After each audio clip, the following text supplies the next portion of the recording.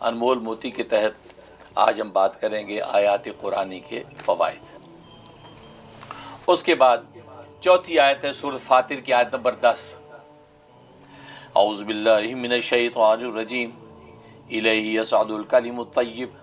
والعمل الصالح یرفعہ، اسی کی طرف چڑھتے ہیں پاکیزہ کلمات اور اچھے اعمال اٹھا لیتا ہے ان کو اللہ تعالیٰ۔ یہ آیت جہاں تک اس کے پس منظر کا تعلق ہے،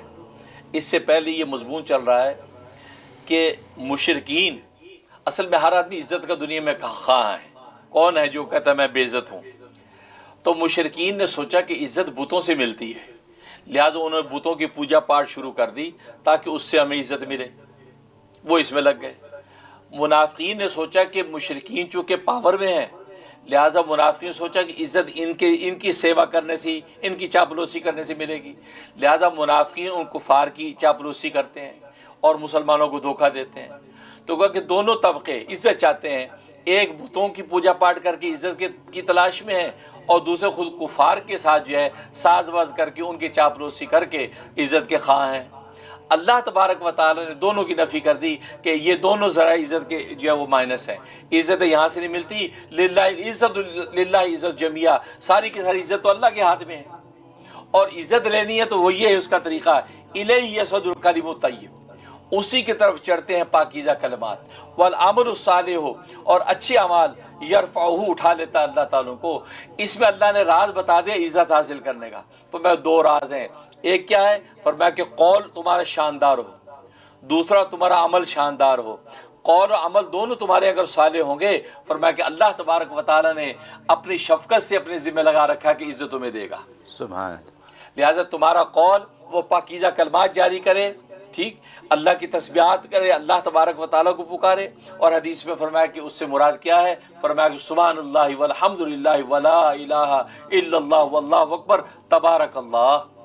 فرمایا یہ کلمات ہیں جو عزت دلاتے ہیں، ان کلمات کو ورد کریں، کیونکہ یہ کلمات خیر اور توحید خالص یہ جب جمع ہوگی تو اللہ تبارک و تعالیٰ اپنے خزانے میں سے عزت آپ کے حوالے کریں گے۔ فرمایا جو سوچ تم نے اختیار کیا اس سے عزت ملنے والی نہیں، کوئی عزت توحید کی راہ سے ملتی ہے جو اللہ ہی کی طرف توجہ کریں گے، اور مشرکین وہ جو شرک کا راستہ اختیار کر لیں اس سے عزت ملنے والی نہیں۔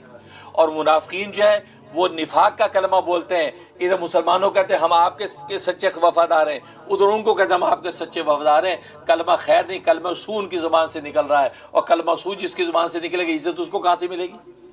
عزت ملے گی کلمہ خیر۔ تو سچا کلمہ، سب سے سچا کلمہ کلمہ طیبہ لا الہ الا اللہ محمد رسول اللہ ہے۔ تو زبان سے فرمایا ذکر و اذکار تسبیحات تمہارے جاری ہوں، اور عمل تمہارے صالح ہوں، کبھی اللہ کے سامنے سجدوں میں گرے ہوئے ہو، کبھی روزے کی حالت میں بھوکے پیاسے نظر آ رہے ہو، کبھی زکاتیں بانٹتے نظر آ رہے ہو، کبھی حج کے نعرے لگاتے نظر آؤ، فرمایا کہ بس سمجھ لو کہ اللہ تبارک و تعالی عزت تمہارے قدموں میں ڈال دیں گے۔ سبحان تو یہ عزت ملنے کا راستہ بتایا۔ سبحان تو لہٰذا جو ہے جہاں تک اس کے فوائد کا تعلق ہے تو بات وہی ہے کہ کوئی شخص چاہتا ہے کہ میں مقبول و محبوب ہو جاؤں، اس کے لیے کمال کا فائدہ ہے کہ یہ جو آیت ہے اس آیت کو روزانہ 101 دفعہ تلاوت کرے، 101 دفعہ پڑھے، اول آخر 11 مرتبہ درود ابراہیمی، یہ پڑھ کے اللہ تبارک و تعالیٰ سے عزت مانگے۔ اللہ کے غیر سے عزت ملنے والی نہیں، کیونکہ اللہ نے نفی کر دی، اللہ ہی سے عزتیں ملتی ہے، خزانے اسی کے پاس ہیں۔ اللہ سے عزت مانگے تو اللہ تبارک و تعالیٰ اس کو مقبول و محبوب کر دیتے ہیں۔ اور دوسرا فائدہ یہ ہے کہ آپ کسی ایسی مجلس محفل میں جاتے ہیں جہاں آپ چاہتے ہیں میری عزت ہو،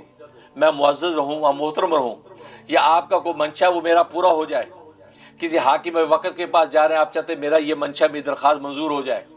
یا یہ کہ تجارت کی دنیا میں کوئی مارکیٹنگ کے لیے نکلتا ہے کہ میرے یہ حلال اور جائز پروڈکٹ وہاں پر جو ہے اس کو ایکسیپٹنس ہو جائے،